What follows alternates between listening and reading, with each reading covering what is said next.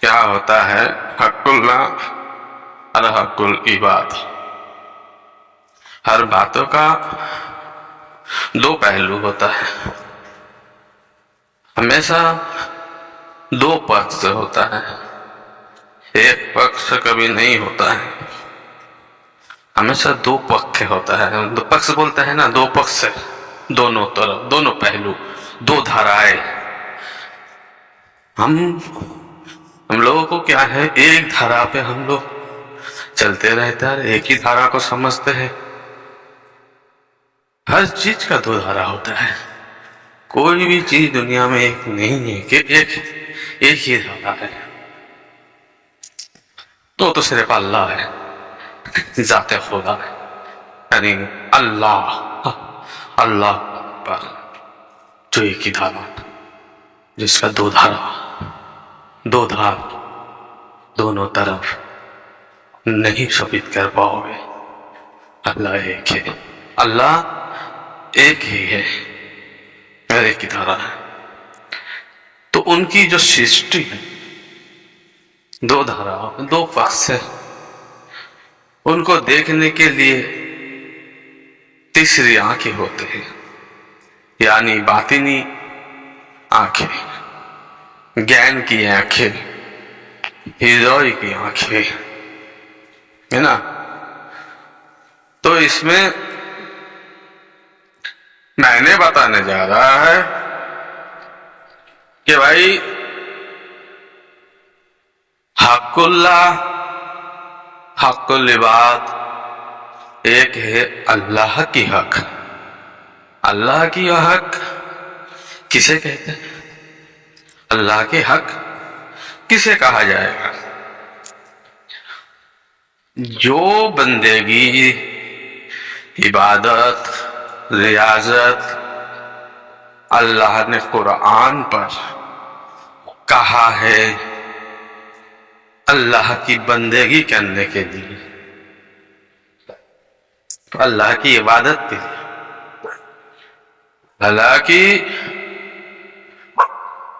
اللہ نے کبھی بندہ کو فورس نہیں کیا ڈوئنگ،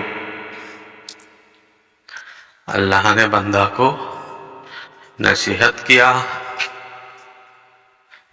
ایسا کیا جو وہ نہیں کیا جس کو بولتے فورس، اللہ کا فورس کرتا نا، کوئی بندہ اس چیز کو چھوڑتا نہیں ہے، اس کے ساتھ لگا دیتا ہے، ایسا کہ اس کے بنا نہیں رہ سکتا وہ۔ ابھی سیدھا سا پٹا سمجھو کہ حق اللہ کی مطلب یہ ہے کہ اللہ کا حق میں بندگی کرنا، جیسے نماز، روزہ، حج، زکوٰۃ، ایسا بولتے ہیں نا۔ حالانکہ یہ سب میں اگر معرفت دکھا جائے انسان کی خود کے ہی فائدہ ہے، اللہ کو کچھ جاتا نہیں ہے کہ اللہ کا حق دے رہے ہو، اللہ کا حق میں بندگی کر رہے ہو، اللہ کے پاس کچھ جا رہا ہے، اللہ کو کچھ فائدہ مل رہا ہے اس سے، تو ایسا کچھ نہیں۔ لیکن پھر بھی مانا گیا ہے کہ اللہ نے جو فرض عین فرض کر دیا، قرار کیا، وہ سارے بندگی کو حق اللہ کہا جائے گا۔ اللہ کا حق پر اللہ نے جو بولا ہے کرنے کے لیے، جو ہمارے نفس کے لیے فائدہ ہے، جو بھی ہے، اسے اللہ کا حق کا کہا جائے گا، اسے کہا جائے گا حق اللہ۔ جو فرض و فرض عین عبادت و ریاضت ہے، اسے کہا جائے گا حق اللہ۔ اللہ کی حق میں ہے، الحمدللہ کہا ہو، یہ بھی حق اللہ میں ہوتا ہے۔ سبحان اللہ کہا ہو، یہ بھی حق اللہ میں کہا ہے۔ اللہ کی حق میں اللہ کا تعریف، گنگان جو بھی آتا ہے۔ اب آ جاؤ حق العباد، یعنی بندہ کا حق۔ بندہ کا حق کیسی ہے؟ جیسے آپ کے پاس کوئی کام کیا، اس کا روز مزدوری جو بنتا ہے وہ بندہ کا حق ہو گیا۔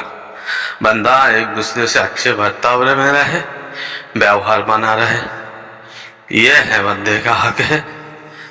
بندے کے حق کو ضائع نہ کرے، بندہ کو تکلیفیں نہ دے، بندہ کے فریادی نہ بنائے، بندہ کو مطلب اس کا جو حق ہے، امانت ہے، اس کا خیانت نہ کرے. یہ ہو جاتا ہے بندہ کی حق میں.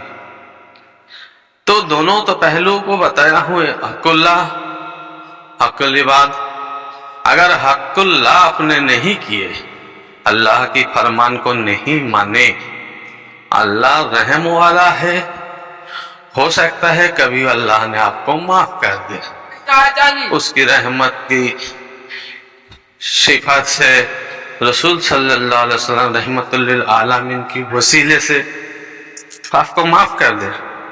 لیکن 70 قیامت ہو جائے گا، آپ نے اگر کسی بندے کا حق مارا، بندہ کا حق مارا، اللہ نہیں معاف کر پائے گا. اللہ نے بولا ہے، ہمارے منہ کے منہ سے سنا، پیر و مرشد کے منہ پہ سنا کہ اللہ نے بولا ہے کہ ہم حق اللہ کی جو گناہ ہیں، ہمارے جو حق پہ جو عبادت تھا نہیں کیے، ہم رحمان ہیں، چاہے تو ایک دن بخش دے. لیکن بندہ کا تم حق ضائع کرے، بندے حق اللہ، حق العباد تم نے ٹھیک سے نہیں کیے، اور وہ تمہیں معاف جب تک نہیں کرتا، ہم اللہ معاف نہیں کر سکتے. تو اس کے لیے حق العباد پر دھیان رکھا کریں. ابھی دونوں پہلو کو سمجھے. ایک ہوتا ہے ظاہر، یہاں پہ حق اللہ اور حق العباد کو سمجھنے کے بعد انسان کو سب سے پہلے ان دو پہلو کو سمجھنا چاہیے جسے کہتے ہیں ظاہری اور باطنی. ظاہر وہ ہے ظہور میں جو آیا، جو ہم لوگ ظاہری کام کاج کرتے ہیں، عبادت بندگی، ہم لوگ دین ہوتے ہیں، کہتے ہیں، سوتے ہیں، جاگتے ہیں، کھاتے ہیں، پیتے ہیں، یہ سب عبادت ریاضت میں آتا ہے. عبادت کے اندر شمار ہے مومن کے لیے، اگر اس کا نیت ہے تو. اگر اس کے نیت مزے کی زندگی بتانا ہے، خالی اتنی ہی ہے، توحید پر ایمان نہیں ہے، توحید پر بنیاد اور خیال پہ ڈالا نہیں ہے، تو اس کی دن چریا میں جو بھی وہ کر رہا ہے عبادت نہیں ہوگا. اسے حساب دینا پڑے گا بلکہ سمے کا ایک دن.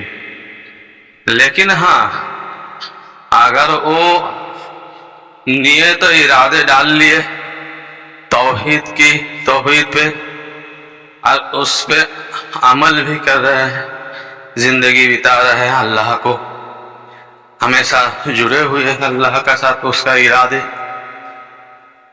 تو اگر اللہ کے ساتھ، توحید کے ساتھ اس کا ارادہ جڑا ہوا ہے تو اس کا اٹھنا بیٹھنا، ہر ایک کام عبادت بندگی میں شمار ہوگا.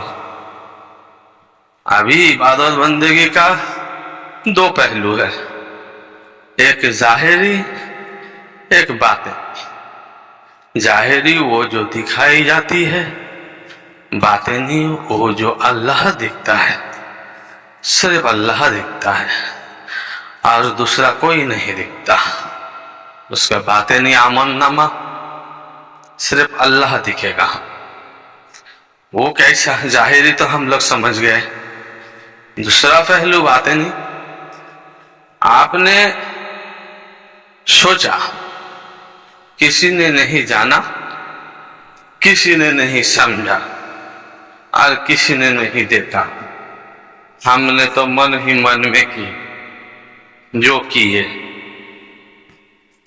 جو بھی سوچے وہ باطن ہو گیا.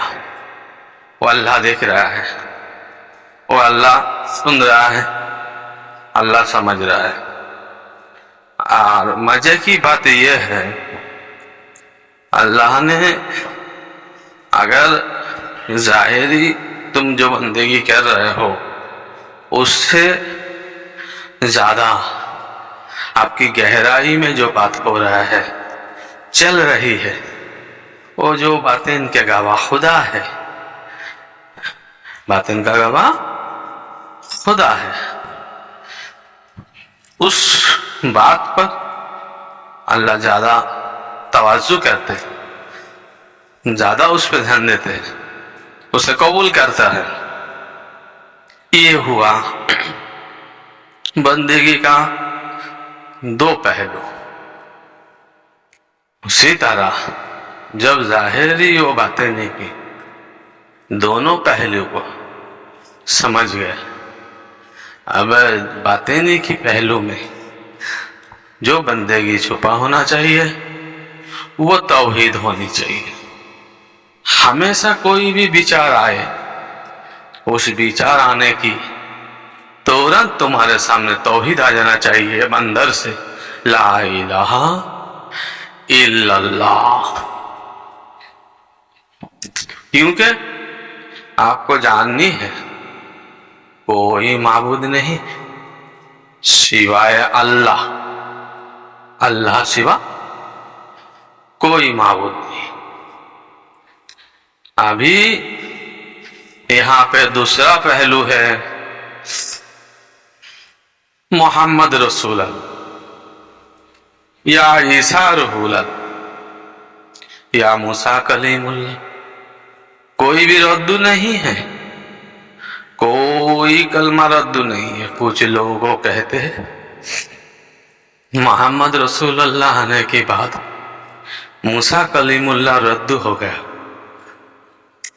یہ غلط بات ہے.